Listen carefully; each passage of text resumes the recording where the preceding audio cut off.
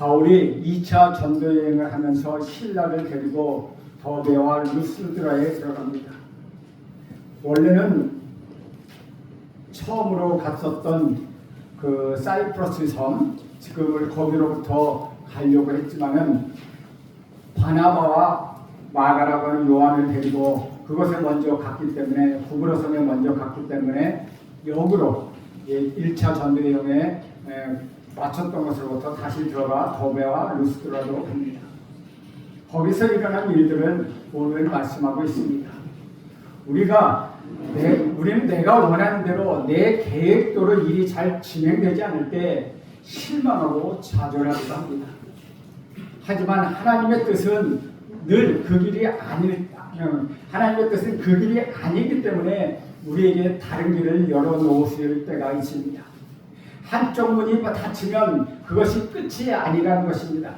하나님은 이 문이 아니면 또 저 문으로 가게끔 하십니다.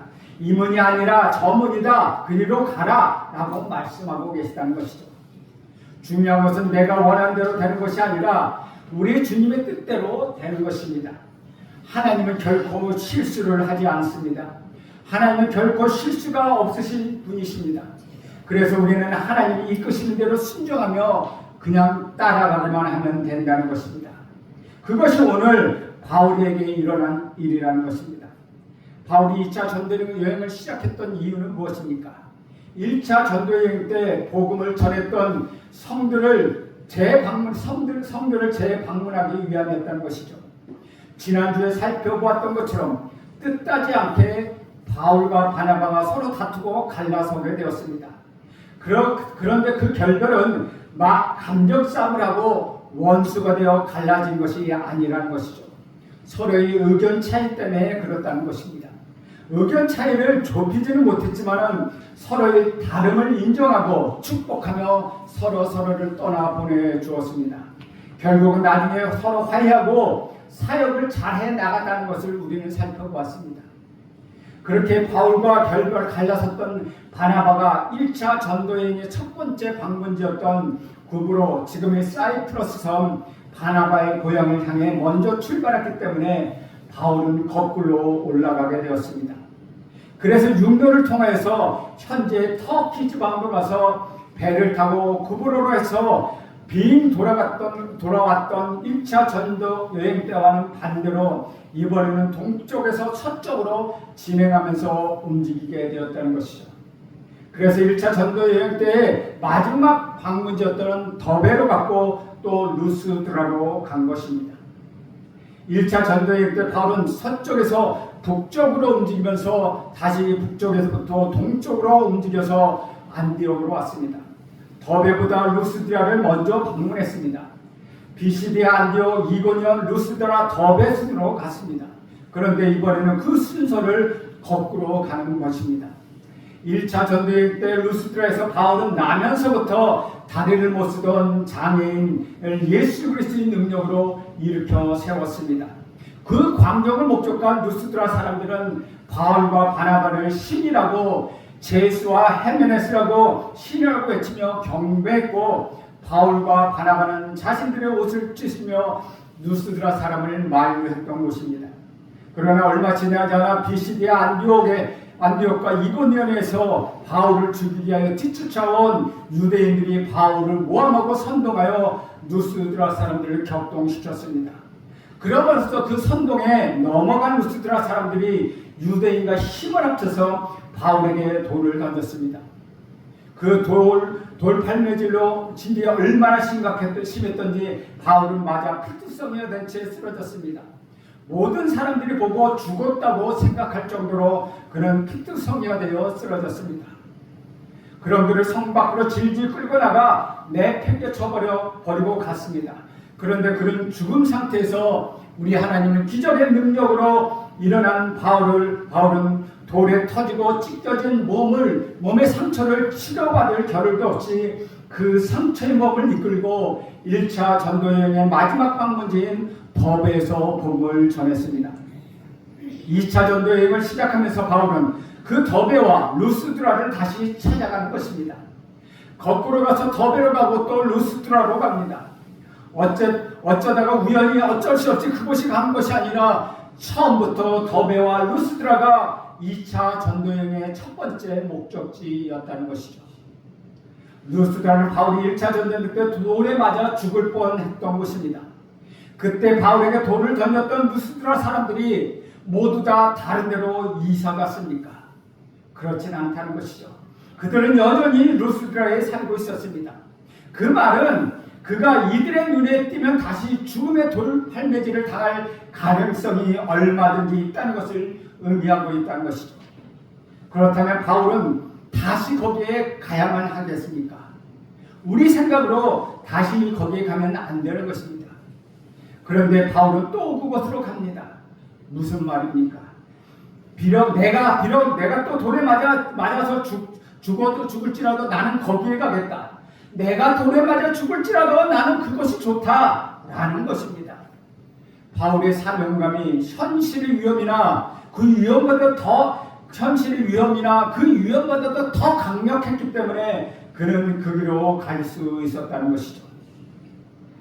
바울을 부르신 우리 주님은 바울의 죄값을 대신 치러주시기 위하여 십자가의 제물로 돌아가셨다가 죽음의 권세를 이기시고 영원히 부활하신 그 예수 그리스도이십니다. 그 주님의 부르심에 순종하며 그분의 주신 사명을 따라가는 한 그 어떤 현실의 위험이나 그 어떤 어려움과 위협도 바울에게는 장애물이 될 수가 없었다는 것이죠. 이처럼 투철한 사명감을 가진 바울을 통하여 우리 주님께서 인류의 역사를 새롭게 하시는 것 너무나도 당연한 일입니다. 그런데 이 바울을 부르신 우리 주님께서는 바울만 부르신 것이 아니라는 것이죠. 바로 여러분 한 사람 한 사람을 지금 부르고 계시다는 것입니다.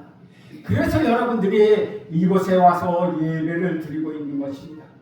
그래서 여러분들 주님 안에서 얼마든지 이 세대를 새롭게 할 수 있는 사람, 그런 사람이 될 수 있다는 것이죠. 비록 여러분이 약하고 보잘것없다 할지라도 우리 주님께서는 죽음을 깨뜨리고 부활하신 능력의 주님이시기 때문에 여러분을 지금도 부르고 계시고 여러분을 통하여 세상의 일을 변혁시키려고 하고 계시다는 것이죠. 그분이 바로 부활하신 우리 주님이시라는 것입니다. 그렇게 생명을 아끼지 않고 오직 복음에 대한 열정으로 더베를 거쳐서 루스드라에 도착한 바울에게 너무나도 놀라운 일이 일어납니다. 아주 놀라운 만남이 기다리고 있었다는 것이죠. 디모데라는 청년을 만나서 그가 바울의 동역자가 된 것입니다.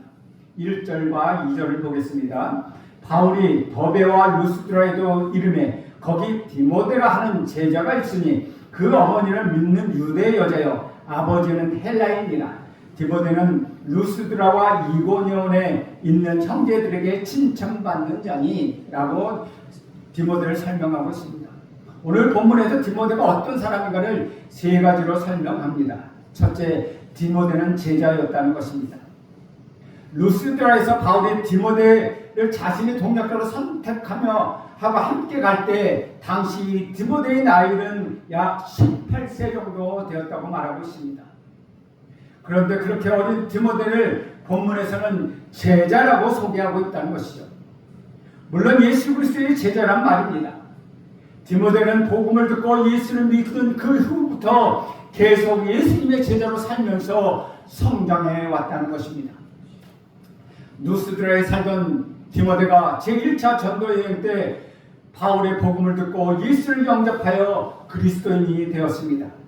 당시 복음을 전한 바울이 유대인들의 선동으로 돌에 맞아 쓰러지고 질질 끌려 천밖에 내팽겨질 때도 다 죽었다고 생각할 그때도 디모데는 그것을 목격했습니다. 그리스도로 사는 것은 자칫 목숨을 걸어야 하는 일이구나 하는 것을 그는 직접 눈으로 보았다는 것입니다.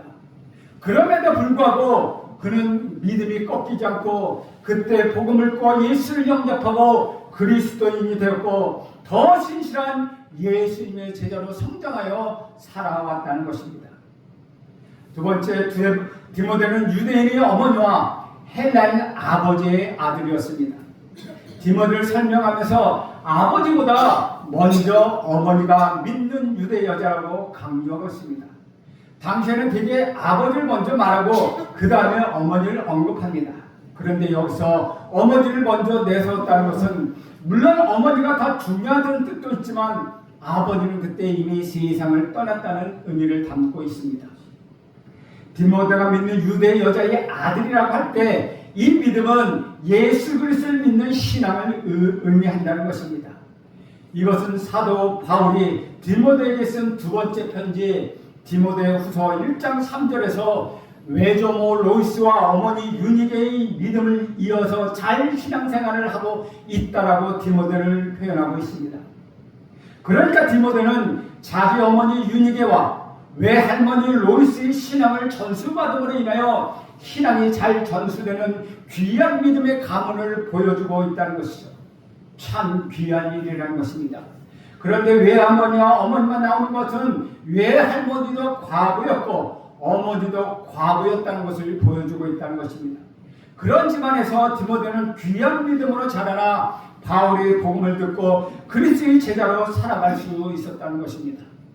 셋째, 디모데는 루스드라와 이고니온에 있는 형제들에게 칭찬을 받는 자였습니다. 외할머니와 어머니로부터 믿음이 위에서 아래로 전수된 것뿐만 아니라 디모데의 믿음은 옆으로 다른 사람과 수평적인 관계를 잘 맺고 있는 그런 신앙이었다는 것이죠. 디모데는 자기 고향 루스드라뿐만 아니라 루스드라에서 약 50km나 떨어져 있는 이고니온 사람들로부터 칭찬을 받았습니다. 우리는 여기서 중요한 교훈 하나를 발견합니다. 디모데의 신앙은 외할머니에게서 어머니에게로, 어머니에서 디모데에게로 전해졌다는 것입니다. 즉 디모데는 믿음의 가정문에서 자라났으며 할머니, 외할머니와 어머니의 신앙을 본받아 살아가면서 칭찬받는 자가 되었다는 것입니다. 그래서 나중에 그는 에베소 교회의 담임 목사가 되었다는 것이죠. 나는 여러분의 모든 가문이 신앙의 대도로 전수되는 믿음의 가정이 되길 축복합니다. 그런데 이때 한 가지 문제가 있었습니다. 3절 말씀입니다. 바울이 그를 데리고 떠나고자 할세 그 지역에 있는 유대인으로 말미암아 그를 데려다가 할례를 행하니 이는 그 사람들이 그의 아버지는 헬라인인 줄 다 알미러라. 디모데의 아버지가 헬라인의 아버지와 유대인 어머니 사이에서 태어난 디모데는 두 계통의 사람들과 모두 다 교류할 수 있는 사람이었습니다. 유대인 친척들도 만날 수 있었고 이방인인 헬라인 친척들도 그는 만날 수 있었습니다. 바울은 그런 디모데를 데리고 가면서 같이 전도할 생각을 하니까 유대인들이 중요하게 생각하는 할례 문제가 마음에 걸렸다는 것입니다. 이방인들에게는 하나도 중요하지 않은 문제였지만 유대인들에게는 아주 중요한 문제였다는 것이죠. 그래서 바울은 디모데에게 할례를 행합니다. 그런 다음에야 디모데를 데리고 갑니다. 그런데 우리가 여기서 생각해 봐야 할 것이 있습니다. 이것은 정말 이상한 모습이 아닙니까? 바울의 이중적인 모습이라고 생각할 수도 있습니다. 왜냐하면 바울은 지금까지 무엇 때문에 그렇게 흥분하고 분노하고 논쟁하고 또 예루살렘 공회까지 달려갔습니까? 그런데 지금은 디모데에게 할례를 행하고 있다는 것이죠. 이것이 어떻게 된 일입니까? 우리가 오늘 본문을 자세히 살펴보면 그 이유를 발견할 수 있습니다.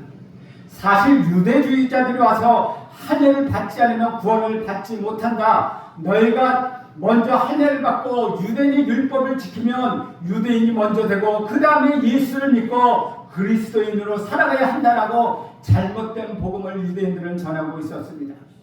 그래서 갈라디아에서는 바울은 그것을 다른 복음이라고 표현하고 있습니다. 믿으면 안 된다고 강력하게 이야기하고 있습니다.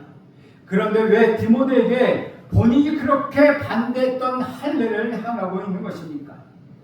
사실 바울에게는 할례를 받느냐 안 받느냐 그것은 중요한 문제가 아니었습니다. 그에게 중요한 것은 오직 우리 구주 예수 그리스도의 복음이었습니다. 그는 예수님의 복음을 받아들인다면 할례를 받든 할례를 받지 않든 상관없다고 생각했습니다. 유대인들이 굳이 할례를 필요로 하면 할례를 받으라는 것입니다. 그런데 이방인들은 할례를 받지 않아도 된다는 것입니다. 예수만 믿으면 다 괜찮다는 것입니다. 그렇게 이미 예루살렘 공의에서 결정이 났습니다. 바울의 관심은 오직 복음을 전하고 예수를 믿게 하는 데 있었습니다. 그래서 디모데에게 유대인들로 인하여서 걸림돌이 될까봐 그냥 할례를 받도록 했다는 것입니다. 왜냐하면 그가 할례를 받음으로 인하여 유대인들이 걸림돌이 되는 것이 아니라 오히려 그들에게 복음을 더 잘 전할 수 있기 때문에 바울은 그에게 할례를 행했다는 것이죠. 이런 식으로 이야기하는 것입니다. 디모데야, 내가 유대인을 만날 때 할례를 받은 것을 말해라. 그러나 헬라인을 만날 때는 그것을 강요하지 말라. 할례만 받아도 할례는 난 받아도 되고 안 받아도 되는 것이며 그런 것은 그리 중요하지 않다. 정말로 중요한 것은 예수 그리스도이시다. 그러나 그것을 받아들인 사람에게 걸림돌이 되지 않도록 할례를 받는 것이 좋겠다. 디모데의 할례의식을 통하여 바울은 그런 메시지를 주고 있다는 것입니다. 사도 바울은 디모데를 동역자로 부른 후에 길을 떠나 여러 성으로 갑니다. 4절 말씀을 봅니다. 여러 성으로 다녀갈 때 예루살렘에 있는 사도와 장로들이 작정한 규례를 그에게 주어 지키게 하니 바울의 일행은 이제 3명이 되었습니다. 떠날 때는 바울과 실라 2명이었지만 루스드라에서 디모데가 합류함으로 인하여 이제 3명이 되었습니다. 그들은 계속 서쪽으로 향하여 나갑니다. 여기서 여러 성이라는 것은 더베, 루스드라, 이고니온을 비롯하여 서쪽에 위치하고 있는 소아시아 도시를 이야기하고 있습니다. 사도 바울은 여러 성을 다니면서 예루살렘에 있는 사도와 장로들이 작정한 규례를 지키도록 합니다. 이 규례는 바로 앞에 장 15장에서 예루살렘 공의에서 결정한 내용입니다. 이러한 결정사항을 전달할 때 2가지 결과가 나타납니다. 5절 말씀입니다. 이에 여러 교회가 믿음이 더 굳건해지고 수가 날마다 늘어가니라. 첫째는 여러 교회의 믿음이 더 굳건해졌다는 것입니다. 둘째는 믿는 자의 수가 날마다 더 늘어갔다는 것이죠. 이것은 교회에 속한 성도들이 늘어났다는 뜻일 뿐만 아니라 교회의 수가 많아졌다는 뜻도 될 수 있습니다. 분명한 것은 이전에 우리 주님을 모르던 이방인들, 즉 헬라 사람들이 믿고 많이 그리스도인이 되었다는 것입니다. 이처럼 이방인 교회들은 내적으로 부흥하고 외적으로도 모두 부흥을 경험하게 되었습니다. 저는 우리 제2성교회도 이런 내적 부흥과 외적 부흥이 있기를 간절히 소망합니다. 사도 바울은 아시아 지역에 가서 큰 성공을 거두었습니다. 1차 전대여행 때 갈라디아 지역에 4교회를 개척했고 2차 전도여행 초기에는 또 다른 아시아 지역으로 갑니다. 여기 성경에서 아시아라고 말하면 지금 우리나라 한국을 포함한 아시아가 아니라 지금은 터키 지역, 그것을 말하고 있습니다. 바울은 이 지역에서 큰 성공을 거두었기 때문에 계속해서 그 지역, 소아시아라고 하는 그 지역을 사역하기를 원했습니다. 그러나 하나님의 일은 하나님의 사역자의 뜻에 따라 이루어지는 것은 아닙니다. 하나님의 일은 하나님의 뜻에 의하여 이루어지는 것입니다. 아무리 좋은 뜻이라 하더라도 사람에 의하여 하나님의 일이 되는 것이 아니라는 것이죠. 하나님에 의하여 하나님 일이 된다는 것입니다. 사도 바울은 이 사실을 아주 생생하게 체험했습니다. 6절과 7절 말씀입니다. 성령이 아시아에서 말씀을 전하지 못하게 하시거늘 그들이 부르기아와 갈라디아 땅으로 다녀가 무시아 앞에 이르면 비두니아로 가고자 애쓰되 예수의 영이 허락하지 아니하시는지라. 바울은 아시아 즉 소아시아 터키에서 복음을 전하며 성공함으로써 계속 더 넓은 아시아 지역으로 사역했지만 놀랍게도 성령 하나님께서는 그것을 막으셨습니다. 바울은 부르기아, 비시디아 안디옥 근처에 있는 부르기아와 갈라디아를 이미 통과했습니다. 그리고 서쪽에 있는 무시아를 향하여 가다가 거기서 북쪽에 있는 비두니아, 지금 터키 중북부 지역을 이야기하고 있습니다. 거기로 가기를 원했습니다. 그런데 성령께서는 그것을 허락하지 않으셨습니다. 성령은 사도 바울이 계속해서 서쪽으로 나가기를 원하셨다는 것입니다. 그래서 결국 어디에 도착하게 됩니까? 8절 말씀입니다. 무시아를 지나 드로아로 내려갔더니 드로아로 내려갔다고 말하고 있습니다. 무시아 즉 터키 서쪽에서 북쪽인 비누디아를 가려고 원했지만 우리 하나님께서 그것을 막으셨습니다. 그래서 서쪽 끝에 있고 유럽을 바라볼 수 있는 항구인 드로아로 가는 것을 막지 않으셨다는 것입니다. 우리는 여기서 또 하나의 사실을 발견합니다. 복음 전도에 목숨을 걸 정도의 열정을 가지고 있다고 해서 모든 일이 반드시 순조롭게 풀리는 것은 아니라는 것입니다. 바울은 복음 전도를 위하여 온갖 노력을 다 기울인 사람입니다. 복음을 위해서라면 생명까지도 아끼지 않는 사람이었습니다. 돌에 맞아 허리 죽었던 사람입니다. 그런데 복음을 위하여 힘차게 나감에도 불구하고 그가 가려 하는 곳마다 막으면서 실패하는 것이었습니다. 6절에 성령이 아시아에서 말씀을 전하지 못하게 하시거늘과 7절에 예수의 영이 허락하지 아니하시는지라는 정확하게 무엇을 의미하는지 우리는 알 수는 없습니다. 성경은 평면적으로 이야기하고 있기 때문에 구체적인 상황이 무엇인지 알 수가 없습니다. 그것은 강도를 만날 수도 있고 지금이야 시야이 잘 되어 있는 편이지만 당시에는 강도들이 아주 많았습니다. 또 질병 때문일 수도 있었다는 것이죠. 발목을 다쳤거나 발바닥에 뭐가 나서 걸을 수 없었다는 그런 것일 수도 있다는 것입니다. 아니면 노마노메가 갑자기 작전을 펴서 길을 막을 수도 있었다는 것입니다. 성경이 이야기해 주지 않기 때문에 우리는 정확히 알 수는 없습니다. 하지만 그것은 중요한 것이 아니라는 것이죠. 그것이 무엇이든지 상관없이 아무리 올바른 목적과 방식으로 복음을 전하며 나가는 복음 전도자라 할지라도 언제나 성공하는 것이 아니며 길이 막힐 수도 있다는 것 우리는 여기서 발견할 수 있다는 것입니다. 사랑하는 여러분, 우리가 열심히 주의 뜻대로 살아가지만 주님의 명령에 순종하며 애쓰기도 하지만 모든 것이 척척 잘 된다고 생각하는 것, 그것은 큰 오산이라는 것이죠. 열심히 주님의 뜻대로 하더라도 잘 안 될 때가 있다는 것입니다. 하지만 그 일이 안 되는 것, 그것은 실패가 아니라는 것이죠. 다른 일이 있다는 것입니다. 이 시대의 그리스도인들도 그런 실수를 자주 저지릅니다. 때로는 성령께서 우리 그리스도인들과 전혀 다른 뜻과 계획을 갖고 계실 수 있다는 것, 우리는 그것을 인정하고 기억해야 한다는 것입니다. 그런데 드로아에 도착한 바울에게 한 사건이 기다리고 있습니다. 그것은 밤에 바울에게 환상이 보인 것입니다. 9절 말씀입니다. 밤에 환상이 바울에게 보이니 마게도냐 사람 하나가 서서 그에게 청하여 이르되 마게도냐로 건너와서 우리를 도우라 하거늘. 사실 사도 바울은 드로아에 오려는 계획은 전혀 없었습니다. 하지만 그는 이곳에 오게 되었습니다. 그런데 그날 밤에 자신이 가야 할 새로운 사역지가 어떤지를 바울이 보게 되었다는 것입니다. 이 환상의 내용은 마게도냐 사람 하나가 서서 바울에게 마게도냐로 건너와서 우리를 도우라고 도움을 요청한 것입니다. 요즘 말로 하면 이런 것입니다. 마게도냐로 들어와. 여기가 들어와입니다. 그러니까 바울이 마게도냐로 도와달라는 환상을 어디서 들었습니까? 들어와. 그래서 들어와라는 것입니다. 여러분, 여기가 바로 들어옵니다. 마게도냐로 들어오라고 해서 들어와, 여러분 잊지 마십시오. 환상을 보았다는 건 들어와입니다. 그런데 여러분, 이 들어와가 어디인지 아십니까? 역사적으로 말하는 트로이입니다. 그리스 로마 신화에 등장하는 트로이 목마가 있었던 바로 그 트로이가 이 드로아입니다. 여러분 놀랍지 않습니까? 그 역사적인 도시에서 바울이 환상을 본 것입니다.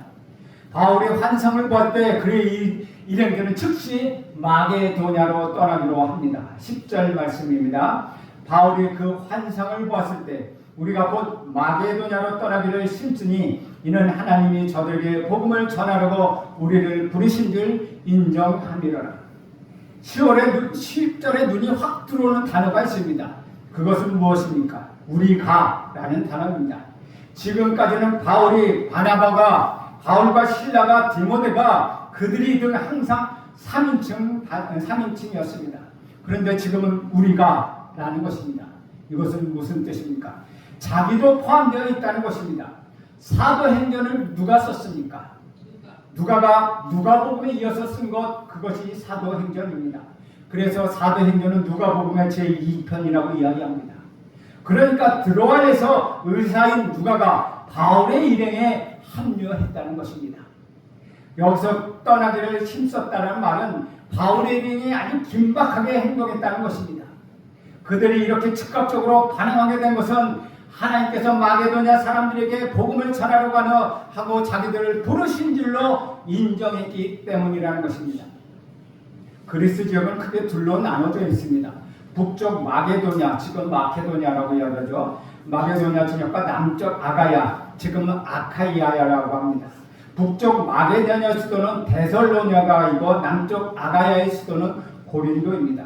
즉 2차 전도 여행 때 유럽으로 넘어감으로써 빌립보, 데살로니아, 베레아, 아테네, 고린도까지 가게 되는 그런 길이 열렸다는 것입니다. 그렇게 된 건 하나님이 자기를 부르신 줄로 인정했기 때문이라는 것입니다. 그런데 여기서 인정하라는 단어가 매우 중요합니다. 이 단어는 헬라어 본문에는 1인칭 복수로 되어 있습니다. 그러니까 나 혼자 인정했다는 것이 아니라 그렇게 인정한 것이 바울의 동역자 모두가 그렇게 인정했다는 것입니다.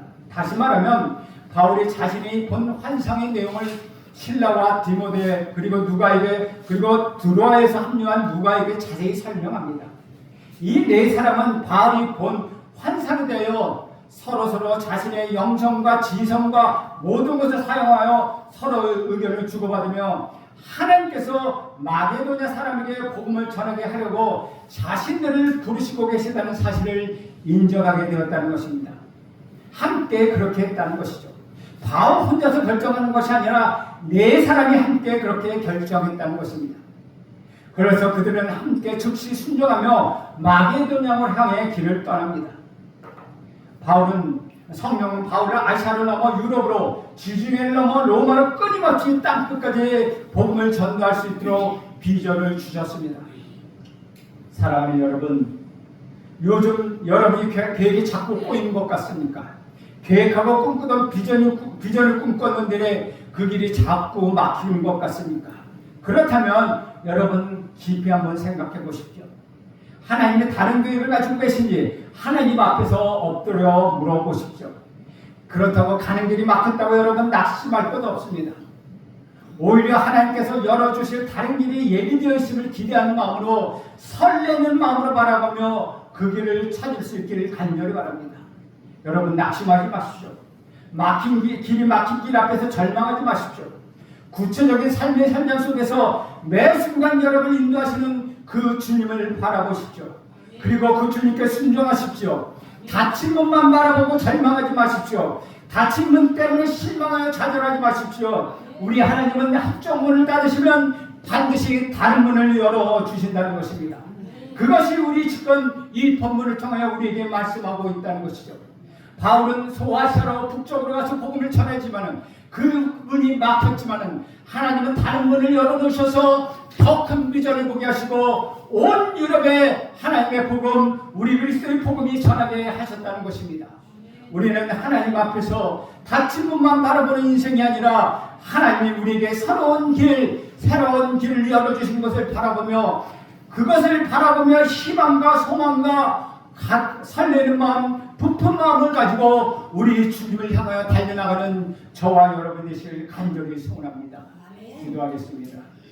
살아계신 하나님, 믿고 의지했던 사람을 떠내보냈다고 너무 절망하지 않도록 우리에게 믿음을 주옵소서. 더욱 온전히 신뢰할 수 있는 동역자들을 만나게 하옵소서. 선한 길로 인도하시는 주님만 의지하게 하옵소서. 주님만 바라보며 살아가게 하옵소서. 예수님의 이름으로 기도합니다. 아멘.